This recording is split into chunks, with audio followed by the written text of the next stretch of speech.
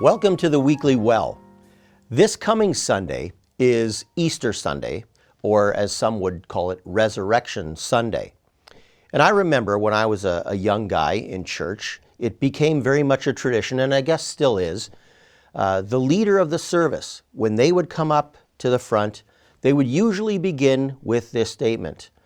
They would say, "He is risen." And then the congregation, knowing what they needed to say, would respond all in unison, "He is risen indeed."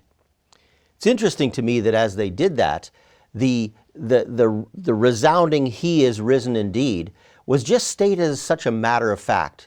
We weren't wishful thinking. It wasn't, "I suppose, possibly." No, it was just stated very factual. He is risen indeed. You know, in Luke 24, we have the account of the women going to the tomb to anoint Jesus' body with the burial spices that they have prepared.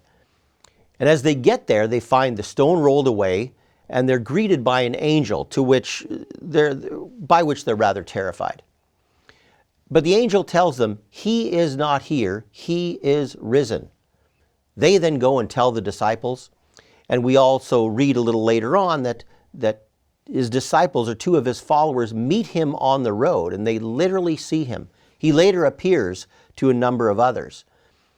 There is factual information that Jesus is indeed risen from the dead.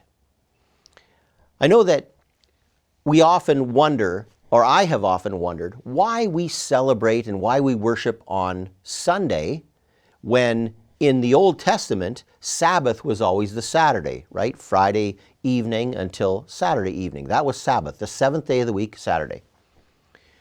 But that all changed post-resurrection. It all changed because Sunday becomes the day of celebration. Every Sunday is a recognition of Resurrection Sunday. Every Sunday is a resurrection, or is the recognition that Jesus is alive.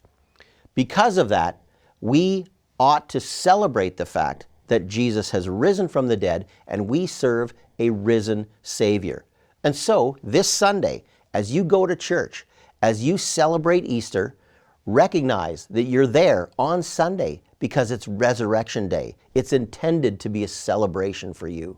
So celebrate the fact that Jesus is alive, and celebrate your risen Savior this Sunday. God bless you, and we'll see you next week.